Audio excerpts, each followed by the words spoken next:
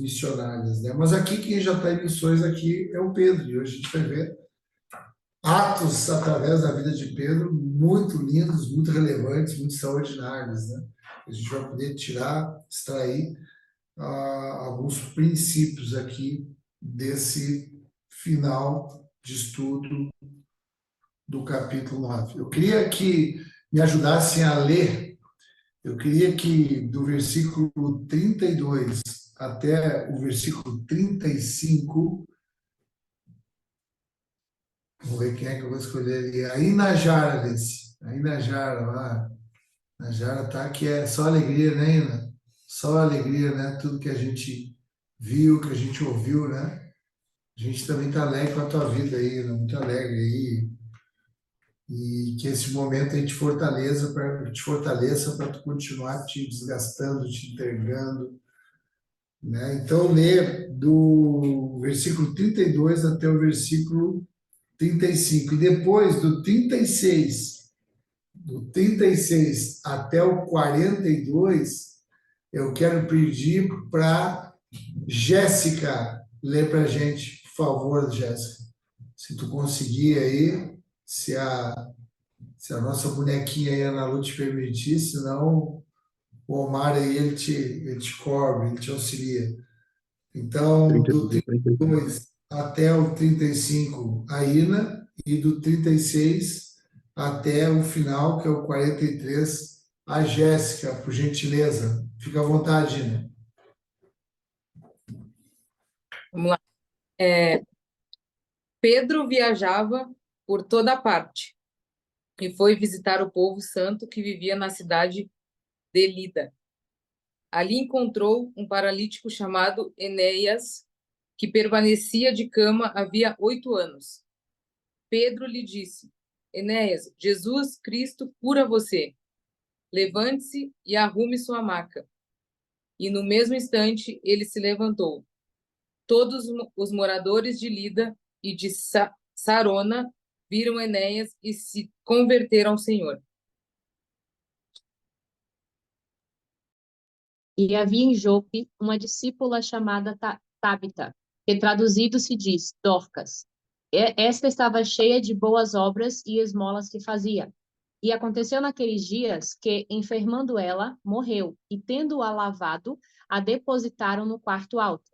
E como Lida era perto de Jope, ouvindo os discípulos que Pedro estava ali, lhe mandaram 2 varões, rogando-lhe que não se demorasse em vir ter com eles.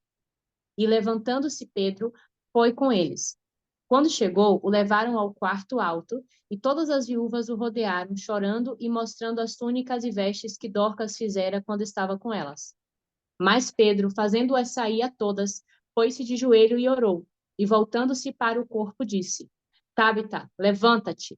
E ela abriu os olhos, e vendo a Pedro, assentou-se. E ele, dando-lhe a mão, a levantou, e, chamando os santos e as viúvas, apresentou-lhe a viva. E foi isto notório por toda Jope, e muitos creram no Senhor. E ficou muitos dias em Jope, com um certo Simão curtidor. Amém, amém. Muito obrigado, meninas, graças a Deus.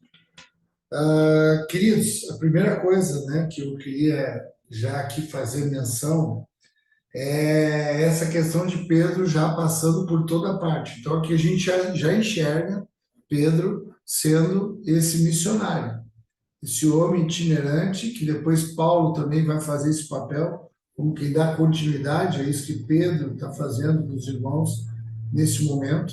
Diz que ele andava por toda parte. Ele para num lugar chamado Lida, que era uma pequena cidade, uma pequena aldeia, né, nessa época, e que ali havia um grupo de judeus e acontece algo tremendo aí. Diz que, e aqui eu quero chamar a atenção, diz que veio também aos santos que habitavam em Lida. O que é esses santos que habitavam em Lida? Quem é que pode, assim, trazer essa palavra de santidade? Quem eram esses santos? O que quer dizer esses santos que habitavam em Lida? Quem é que pode me ajudar aí? Alguém quer se expor aí? Então, vamos chamar aqui a Aline, de Canoas, do Rafa. O que tu entende, Aline, que ele veio falar para esses santos que habitavam em Lida? Entendo que pode ser. Vou chutar, tá, pastor? Não sei. Cara, é isso aí, É, vai chutando aí. entendo que sejam pessoas que Deus gostaria que chamasse, né, para trabalhar. Amém. Vamos ver ali o Omar. Omar, o que são esses santos que são citados aqui, que é citado mais na frente também? Esses É, santos. esse já comissionados que já estavam com eles ali, já tinham recebido essa palavra. Eu penso que seja esse. E já estavam ali estabelecidos ali naquela cidade de Lida. Amém, amém. Alguém quer fazer mais algum acréscimo aí? Esses santos. Ai, não estava conseguindo abrir. Aos irmãos que já tinham se convertido ao Evangelho, que já estavam estabelecidos na cidade. Amém. Isso mesmo. É um pouquinho de cada um de vocês. Mas o que é importante a gente saber? O que são esses santos quando é citado na Bíblia, né? Está falando de santidade. E santidade está ligada à separação. Isso é importante escrever isso. Então, existe uma separação de pessoas. É interessante isso, né? Porque parece que Deus faz aqui um jogo de palavras, assim, em alguns momentos, né? Porque, ao mesmo tempo que a gente fala que não há fronteiras, que não há muros, que não há barreiras, que há reconciliação, não há separação. Mas, ao mesmo tempo, Deus separa alguns para que não haja mais separação. Interessante, né? Que é gente separada do mundo para agora viver uma vida reconciliada com Deus, orientada por Deus. Então, santidade não quer dizer perfeição de comportamento. Santidade tu não é santo a partir de ti, tu é santo a partir do que Deus começou a fazer na tua vida. Porque a santidade está nele. Escreve isso, registra isso que é importante. Santidade está no Senhor. Então, quando Ele nos separa, nos atrai para Ele, a palavra dele começa agora a entrar em nós, porque os nossos olhos foram iluminados. Então, esses são os santos, esses são os separados, esses são aqueles que começam a ter convicção que veio do alto do céu para cumprir um propósito de representação do Pai aqui na Terra. Esses são os santos. Então, santidade não está ligado com ausência de erro. Amém? Então, era um povo que estava reunido ali, que eram os convertidos, como vocês falaram, e que estavam ali. Tinham muitos judeus aí nesse ambiente, e alguns deles se convertiam e já havia ali uma comunidade. Então, essa cidade, uma outra coisa interessante também da gente referir, que essa cidade, ela ficava a 40 quilômetros aproximadamente de Jerusalém, ficava uma certa distância, né, de Jerusalém, para aquele ambiente que se andava, a maioria a pé e alguns a cavalo, 40 quilômetros de Jerusalém. E aí a gente vê ali que tinha um homem, aparece um homem, um personagem agora na história, que é o Enéas. E o Enéas, ele tem uma característica, ele é conhecido, ele é um homem muito conhecido naquele ambiente ali, porque era um local menor, pequeno, né? Por isso que ele tem ali a identidade dele revelada, ele é o Enéas, que ele tem uma característica de estar há 8 anos acamado, paralítico, em cima de uma cama.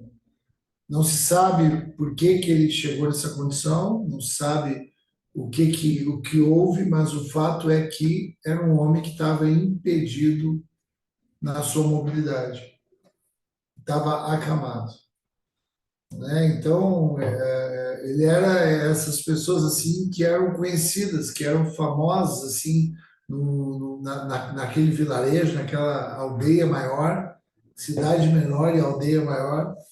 que ele era bem conhecido naquele lugar. Não se sabe se ele era um homem temente a Deus ou não, a gente não tem essa informação, mas a informação é que Pedro passou por aquele homem ali e não passou de forma rápida, assim, que parasse na vida dele, porque ali Deus queria fazer uma obra, um milagre na vida daquele homem, né?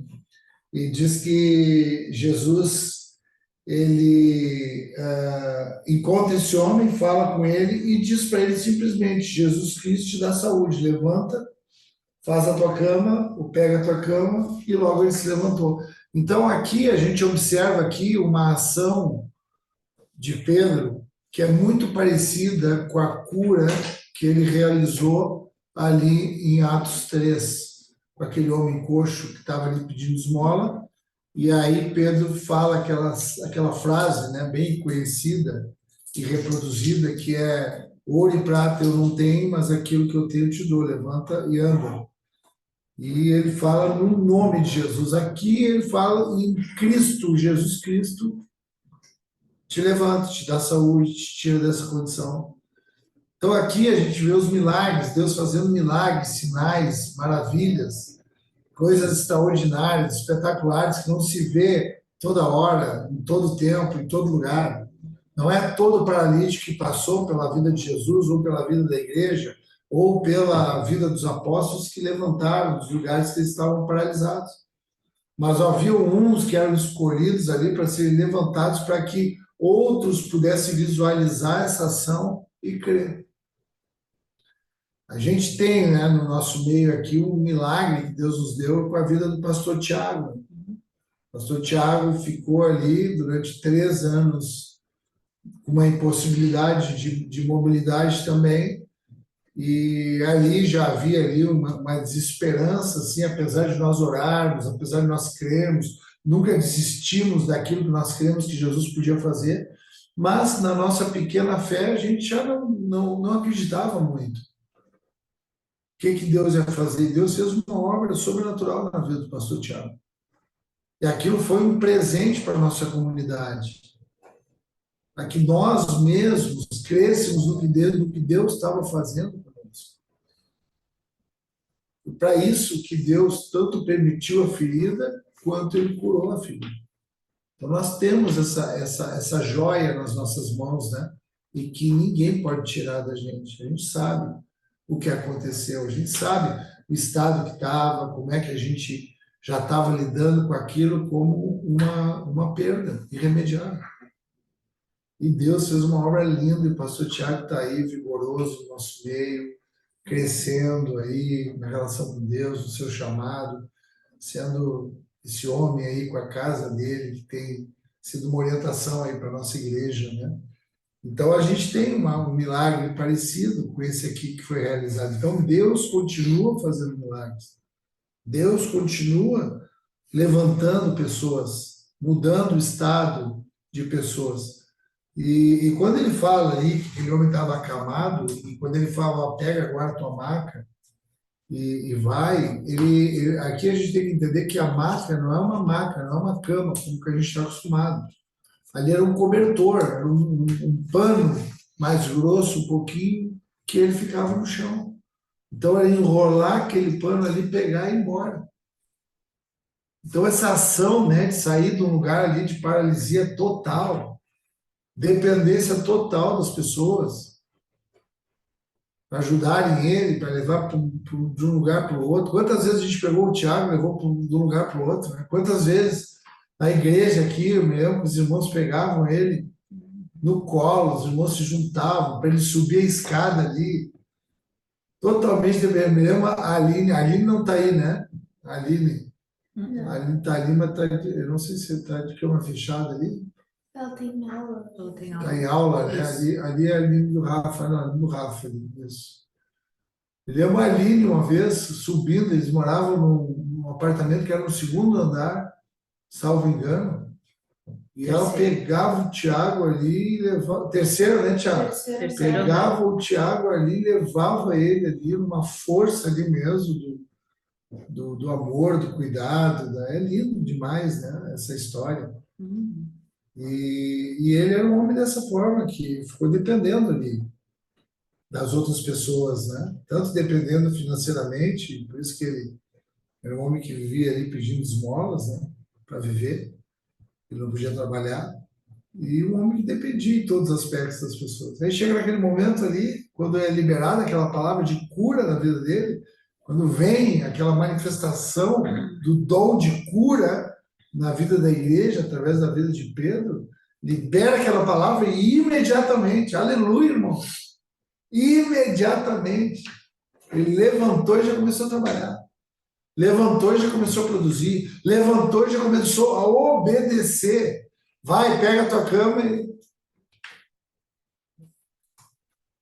Enéas podia dizer, não vou pegar a cama coisa nenhuma, não quero nem mais tocar nisso aí, porque isso aí traumatizou minha vida. Não, mas aqui junto com a cura veio uma obediência no coração dele também. E aí ele fez isso. Então foi um sinal, o primeiro sinal aqui que eu queria fazer menção, que foi um testemunho, né? Testemunho muito lindo, que abençoou toda aquela região. Abençoou, muitos creram ali, muitos se maravilharam ali, muitos entregaram a vida para Jesus. Muitos foram salvos ali, naquele momento. E que é para isso que são os milagres, irmãos, é para a salvação das pessoas. Não é para ficar o troféu na vida de alguém, às vezes a gente achando até que um é mais privilegiado do que o outro, né? Deus me levantou, outros. Não foram todas as pessoas de cadeira de roda aqui de Caxias que levantaram, que nem o Tiago levantou, e nem serão. É porque é a vontade soberana de Deus, o incompreensível do Senhor. Mas nós pegamos esse milagre para a gente poder testemunhar e que muitos creiam, que muitos se salvem, né? Porque o Senhor, ele é poderoso. Mas ele é poderoso fazendo milagre e não fazendo. Quantas vezes o Tiago, né, recebeu aí estratégias para falar, para pregar, para salvar muita gente também na cadeira de roda, né? Encontrou os amigos dele, os irmãos dele, ia jogar basquete lá na UX, lá, encontrava lá os irmãos dele na cadeira de roda. E também é para cura e para salvação. Mas isso foi um episódio aqui excepcional e muito lindo. Então, esse é o primeiro episódio. Depois, agora a gente vê o Pedro se movimentando aqui um pouco e ele passa num outro lugar agora. Ele vai num outro lugar, que era Jope. Aqui isso está acontecendo ali naquela costa, naquela região costeira ali, litorânea do mar Mediterrâneo. É ali que está acontecendo esse movimento ali, onde fica a Gaza, onde fica a Cesareia, aí a gente vê Jope um pouco mais abaixo, tá nessa região litorânea, né? Que lá na antiguidade, o povo hebreu era o lugar onde habitavam os filisteus, né? Grandes históricos inimigos do povo de Deus. É nessa região que está acontecendo muito milagre, um avivamento ali.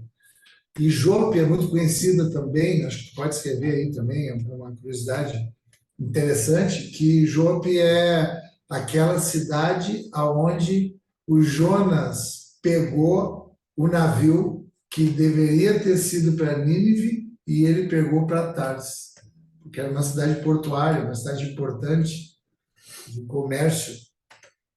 E o porto, o comércio fluvial, ele era muito mais efetivo nesse tempo do que qualquer outro, né? Então, era uma cidade muito movimentada pelo porto, né? Então, Jope era esse lugar. E diz que nesse lugar, onde tinha ali uma comunidade bem maior de judeus, né? Aparece outra personagem. Se a gente tem um personagem do primeiro movimento ali de Pedro e da igreja, que é o Enéas, agora a gente vai ver que aparece a Tabita. Essa sim a gente sabe que é uma discípula. Interessante aqui outra curiosidade que tu pode também colocar aí para tu ficar sabendo, que é a única vez no Novo Testamento que é chamada uma mulher de discípula, o discípulo feminino. É a única vez que acontece essa moça aí. chamada Tabita, o hebraico é Tabita e o grego é Dorcas. E o significado dessa palavra é gazela. Gazela, aquele animal, né, que é bem formoso, assim, um animal lindo, né? Uma gazela. Esse é o significado desse nome, Tabita, no hebraico, e que é traduzido para Dorcas no grego. Uma outra, voltando ali no Enéas também, é interessante fazer uma observação que o Pedro não orou com o Enéas, simplesmente liberou uma palavra. Olha, está curado, Cristo te curou, Cristo te deu saúde. Liberou uma palavra sem oração. Aqui a gente vai ver um movimento diferente. Aqui a gente já vai ver uma ação, algumas diferenças, a gente vai acompanhar juntos aqui, nessa cura espetacular também, que é realizada, mas que é um pouco diferente. Então, essa irmã, a Tabita, ela era uma mulher que tinha uma característica também, que ela era uma mulher que ela, ao contrário do Enéas, que era um homem que precisava desses recursos de esmola, aqui parece que chega uma mulher que é a que tem condições de dar esmola. É aquela que sustenta o Enéas, digamos assim, aquele homem coxo, né? Então, ela é uma mulher com algum recurso, é uma mulher com alguma condição socioeconômica, porque ela dá esmolas, e não só dá esmolas, é uma mulher com um coração muito generoso, porque aparece também ela fazendo roupas, fazendo vestidos, costurando, produzindo para as pessoas. Então, é uma característica de Dorcas, essa questão, e essa mulher, ela morre. E depois de ficar doente, ela morreu. E diz que depois de lavarem ela, colocaram ela num quarto alto. Também, outra situação que era muito comum era lavar o corpo da pessoa que falecia. Então, tinha uma lavagem no corpo. Essa lavagem era uma lavagem geralmente com especiarias, quando a pessoa tinha mais condições. O Senhor Jesus foi guardado, foi cuidado desse jeito. Lembra lá José de Arimateia, que foi levantado, um homem com posses ali para poder fazer ali, banhar ele, limpar ele, para depois fazer os sepultamentos dele. E aqui fizeram a mesma coisa, lavaram, limparam ela, colocaram essas perfumarias caras nela, né? Porque era muito importante na tradição cuidar daquele corpo aí mesmo, ser embalsamado ali com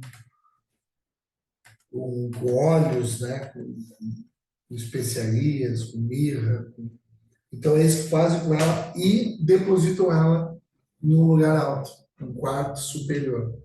E aí, o Pedro, quando ele chega ali e chamam ele, né, porque viram que ele estava ali e acabaram pedindo para ele chegar ali para estar com ele, na verdade, ele levou um tempo para chegar até ali, né? Porque lembra que eram 18 quilômetros, né, de distância, Lida de Jope. Então, isso caminhando ali, isso não se faz em pouco tempo. Então, já tinha um tempo ali daquele falecimento, né? Aquele corpo ali já estava, quem sabe, um dia, né, ali naquele estado. E quando Pedro ele se levanta, ele vai junto com aqueles homens que chamaram ele, chega naquele lugar e ele vê ali um pranto, um choro, né? Sabe que naquele tempo, né, se contratava as pranteadeiras, que eram pessoas que eram contratados profissionais para chorar nos velórios, né, nos sepultamentos. E ali estava um ambiente assim, um choro. E eu creio, irmãos, que nesse momento o Pedro ele teve uma lembrança de algo que ele tinha vivido com Jesus. E aí eu quero que a gente vá lá no livro de Marcos, abre junto comigo esse livro de Marcos. no capítulo 5, Marcos 5. Eu creio que aqui Jesus teve aqui um ambiente, uma experiência com Pedro que eu creio que veio à lembrança dele, porque vocês vão ver que existem semelhanças com essas duas situações. Jesus, quando ele sai, né, ele vai lá, ele cura aquele endemoniado, né, liberta aquele endemoniado lá de Gadara, ou de Gesara, né, falam essas duas nomenclaturas para aquela cidade, que é uma cidade da região de Decápolis, que eram 10 cidades que compunham ali uma região, tinha essa região que tinha um endemoniado lá que ele foi curado. Isso ficava do outro lado de Tiberíades, porque esse lago era o lago que era o Mar da Galileia, que é um lago muito grande, e que ficava costeando Tiberíades e ia para o outro lado, para Decápolis. Então, depois acontece se ele volta com o barco, né, onde tinha muita gente esperando ele. Versículo 21 do capítulo 5, acompanhe comigo, eu vou ler. Jesus entrou novamente no barco e voltou para o outro lado do mar, onde uma grande multidão se juntou ao redor da praia. Então chegou um dos líderes da sinagoga local, chamado Jairo. Observe esse nome. Quando viu Jesus, prostrou-se a seus pés e suplicou repetidas vezes: minha filhinha está morrendo, por favor, venha e ponha as mãos sobre ela, cure-a para que ela viva. Jesus foi com ele e todo o povo seguiu, apertando-se ao seu redor.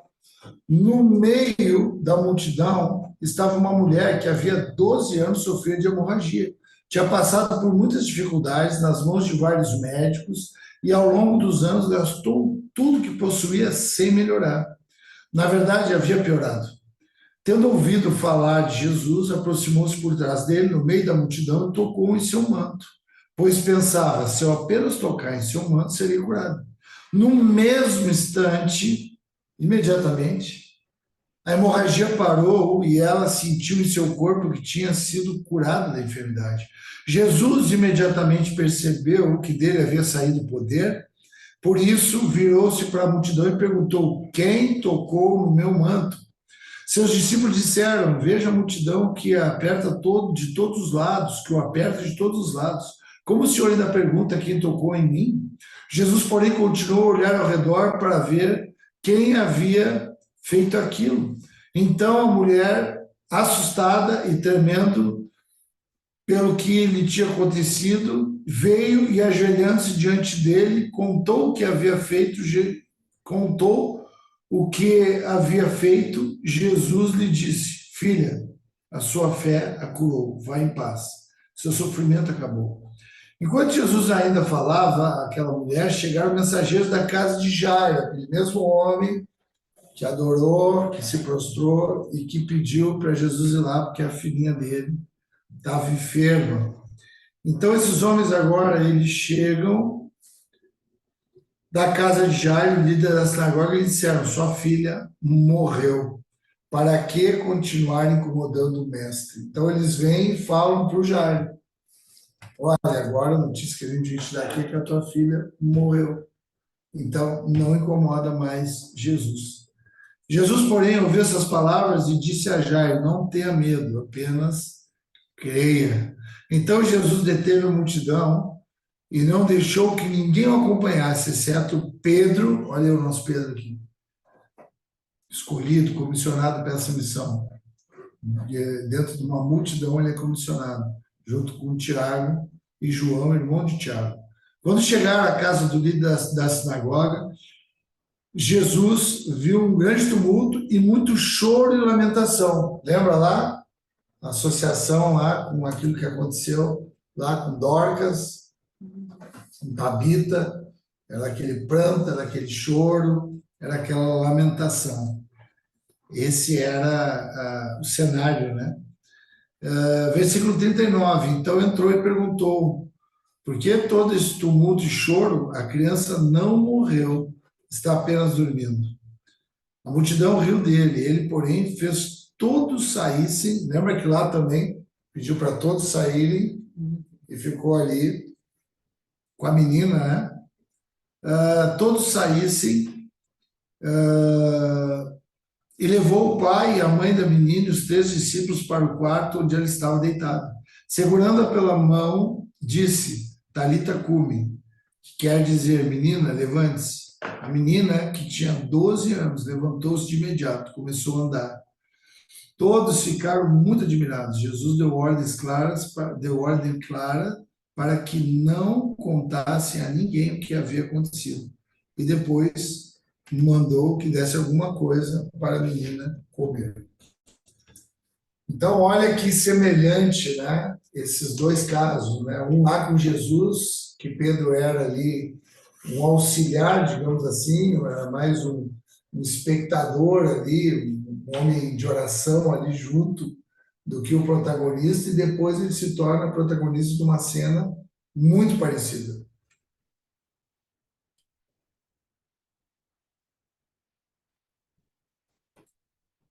E nesse momento lá, voltando lá para Atos, eu creio que ele lembrou dessa cena, de tanta semelhança que havia. E aí ele também ali agora cheio do Espírito Santo, né, caminhando por toda parte, um missionário, um homem que está ali com a sua vida completamente entregue, renunciou a tudo, e ele ganha naquele momento ali aquela condição de ele também fazer aquilo que Jesus fez. Que lindo, né, para Pedro isso, né? Foi corajoso, parece que nesse momento aqui ele repete ali. Mas o interessante é que aqui é diferente da cura que aconteceu lá com Enéas, porque aqui ele ora. Uma outra diferença aqui também é que ele não fala no nome de Jesus. Não é como lá com Enéas. Aqui ele faz sair todo mundo e ora e diz, voltando-se, ela abriu os olhos e se sentou. Ele só diz para ela, te levanta, Tabita, levanta.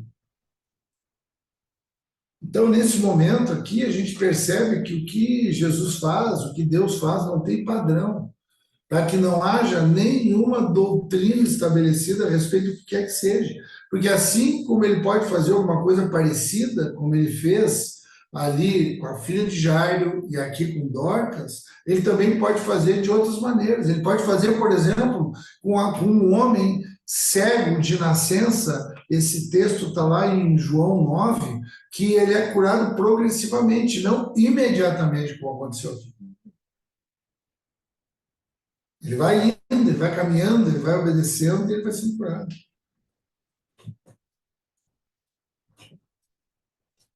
Às vezes ele diz, olha, tu está curado. Às vezes aquela mulher vai lá e toca no manto dele. Às vezes ele pergunta, vem cá, tu quer ser curado? Tu quer ser limpo? Não há um padrão. Para que a gente fique sensível àquilo que o Espírito Santo está fazendo. Porque o padrão é o que desperta a nossa religiosidade.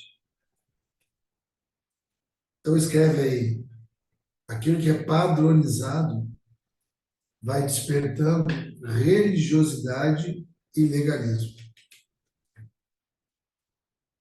É isso que a tradição, o padrão, vai despertando a gente. A gente vai confiando muito mais naquele padrão metodológico e sistemático do que desenvolvendo uma sensibilidade para entender o que Deus está querendo fazer naquele momento. Então, o padrão nos faz desobedientes, fantasiados de obediência. Porque o padrão, ele nos estimula a preguiça de ficar desenvolvendo essa santidade para ganhar discernimento delicado e poder obedecer àquilo que a gente está crendo e que a gente está ouvindo. E uma outra questão também que eu queria chamar a atenção, já aqui nos encaminhando aqui para a finalização, é aqueles homens que chegam para Jairo naquele momento e dizem para ele, olha, não adianta mais. Agora ela morreu, agora não adianta mais. Então, vai ter essa voz aí na nossa vida, no nosso entorno. Olha, agora não adianta mais. Sabe aquele desestímulo? Aquilo que é para gerar dúvida no nosso coração, aquilo que é para alimentar a incredulidade. Então, nesses momentos que a gente está com alguma dificuldade, com alguma situação, é um momento que a gente tem que fortalecer a nossa fé, irmãos. Porque nesse momento a gente vai estar muito vulnerável para chegar a uma semente, um fermento da incredulidade. E alguém dizer para nós, o nosso próprio coração, olha, não vai dar.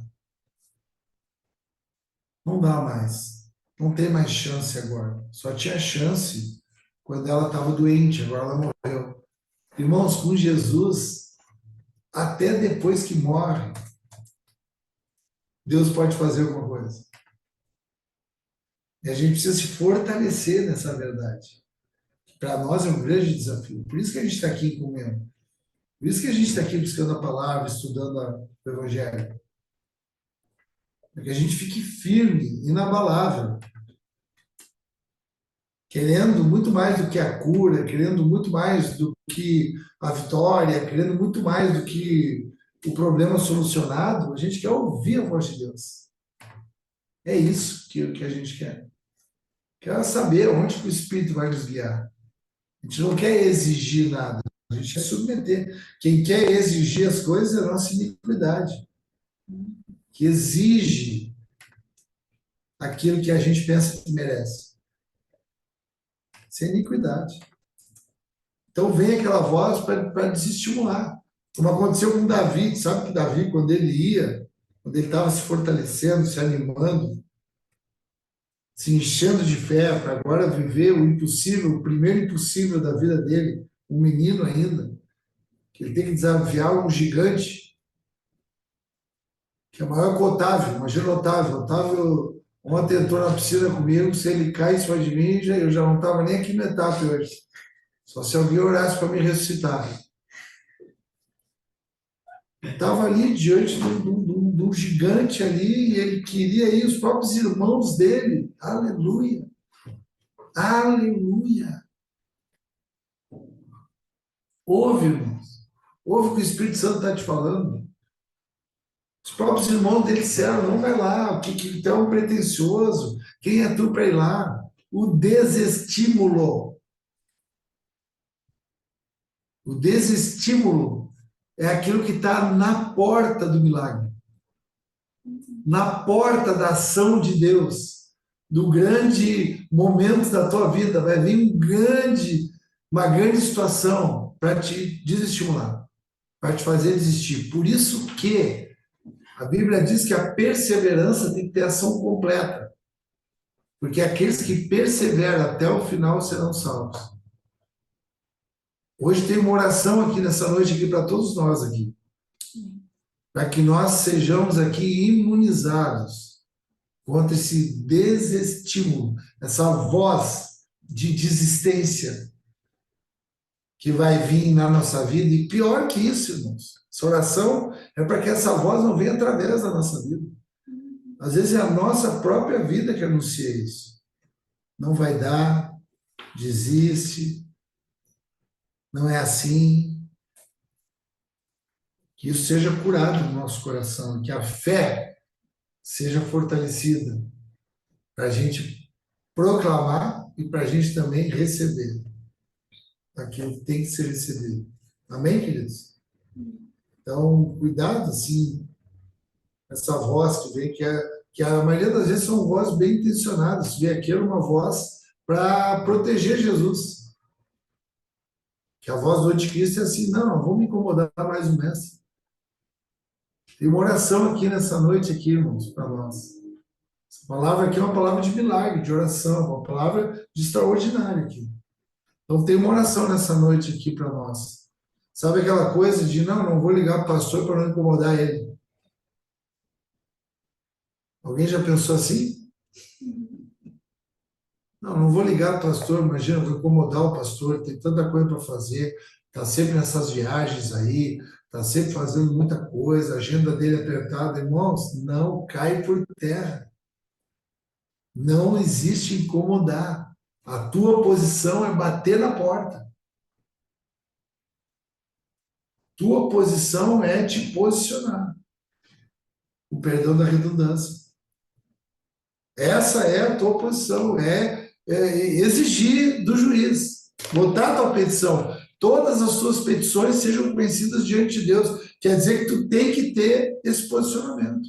Não deixa entrar essa voz no teu coração. Se alguém vai ter que dizer que está cansado, que não quer me atender, é o pastor. A minha parte diante de Deus é ir lá e bater. Se ele fala que nós temos aliança, se ele fala que ele é comprometido comigo, eu vou bater. Claro que, se ele disser que não vai me atender, também eu vou me submeter. Amém, irmãos? Porque às vezes a gente não quer bater porque a gente está com medo de se decepcionar. E aí, muitas vezes,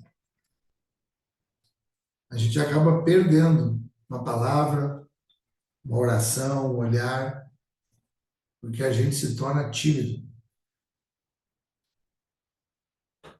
Então, tem uma palavra para nós aí, nessa noite, em relação a essas coisas, eu creio nisso. E diz que no final, ela levantou e ela fica, e aquelas todas que estavam chorando, que estavam pranteando, agora vivem esse milagre, essa alegria, esse extraordinário, fica todo mundo ali como quem sonha, porque agora não é só Jesus que ressuscita mortos, agora também a igreja, os apóstolos também estão dotados desses dons espirituais, de maravilhas, e ficar todo mundo, que essa notícia se espalha. Oh, Espírito Santo. Espírito Santo de Deus. Lembra lá na cura da filha de Jairo, o que ele recomendou no final? Não fala para ninguém. Lembra disso?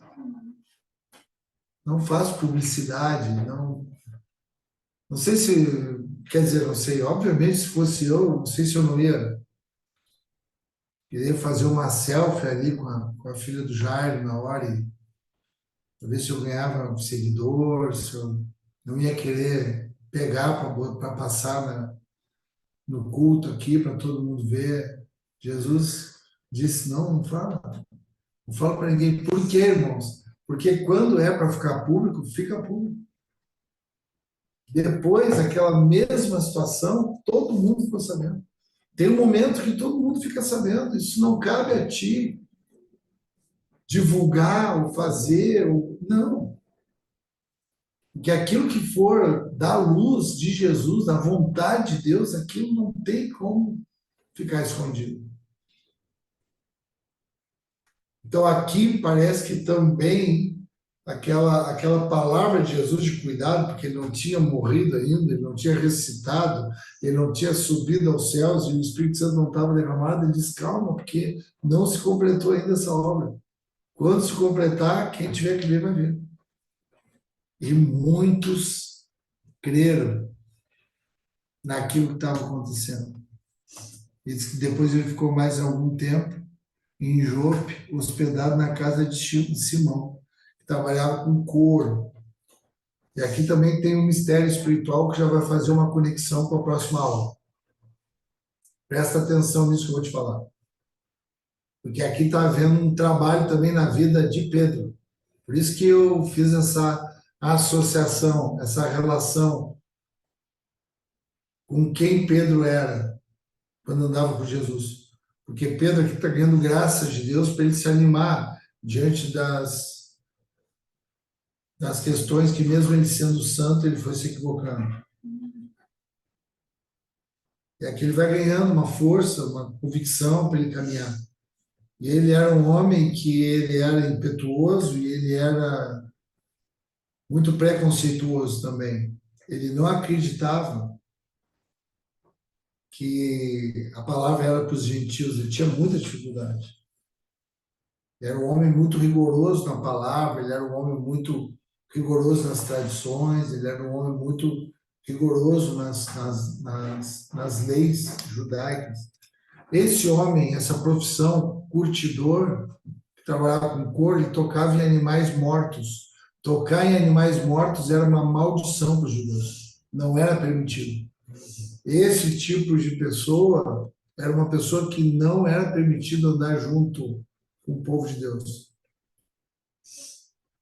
Não se sabe aqui se ele era um crente, se não era, mas o fato é que o que estava acontecendo com Pedro aqui, a gente vai ver isso se consolidar no capítulo 10, com Cornélio, que é onde ele está recebendo também uma metanoia no entendimento dele dos conceitos, pré-conceitos. Então, eu queria fechar assim essa aula, já deixando essa ponte para a gente poder, na próxima aula, que eu espero que seja semana que vem, só que agora a gente já não consegue saber se vai ter aula, se não vai ter aula, né? Mas tem uma ponte aí, porque Pedro está sendo trabalhado aqui. O morto está sendo ressuscitado, o paralítico está levantando e o Pedro está sendo trabalhado. Está todo mundo sendo trabalhado, todos os santos na terra estão sendo trabalhados. Amém, irmãos? Que bom poder ser trabalhado junto contigo. Que bom poder ser trabalhado na minha vida junto com vocês. Porque é essencial que haja os meus irmãos para que a gente possa ir amadurecendo e vivendo esse aperfeiçoamento do amor de Deus. Amém? Não sei se alguém quer fazer alguma colocação, a gente tem também um tempinho agora, finalizei, mas se alguém quiser contribuir, perguntar, reclamar, agora é a hora. Fiquem à vontade. Olha lá o Vidal e a Ana. O Vidal viveu um milagre na vida dele. Vidal, o homem do acesso, subiu o time lá, um milagre lindo na vida do Vidal. Uma hora ele tinha que contar o testemunho aqui. Nós vamos fazer a quarta-feira de testemunho, então vai ser testemunhos, uma quarta-feira. O Vidal e a Ana viveram um milagre esse tempo lá, esse ano, lá em Belém. A gente tem que orar por Belém, amém, irmãos? Amém. Orar por Belém, Belém é nosso. Aí já faz muitos anos que o pastor de vocês, pisa naquele lugar lá.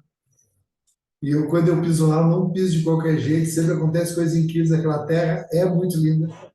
Uma terra diferente. Mas é lindo, lindo, lindo.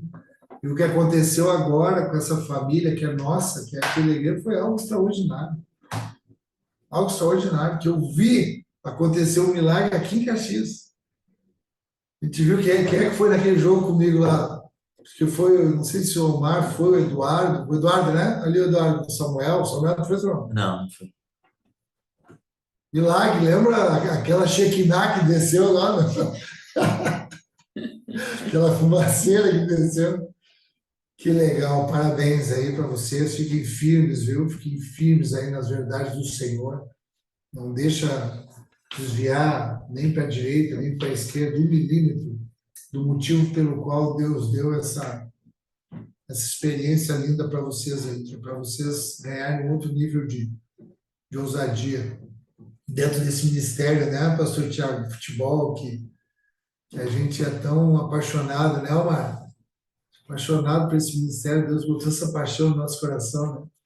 Não é muito legal, porque não é aquela paixão que eu tinha quando eu era menino, né? Gostava muito de futebol, é o único sonho que eu acho que eu tive em toda a minha vida e que eu consegui. Deus me deu graça assim para mim poder ser um atleta profissional, mas agora o sonho continua e ele é muito diferente, ele é muito mais profundo. Esse sonho aí que é ver a terra toda sendo impactada aí por esses homens, por essas famílias aí dentro desse esporte aí que é uma potência, uma riqueza que a nossa nação tem. Amém, queridos? É isso aí, então? Tá tudo certo?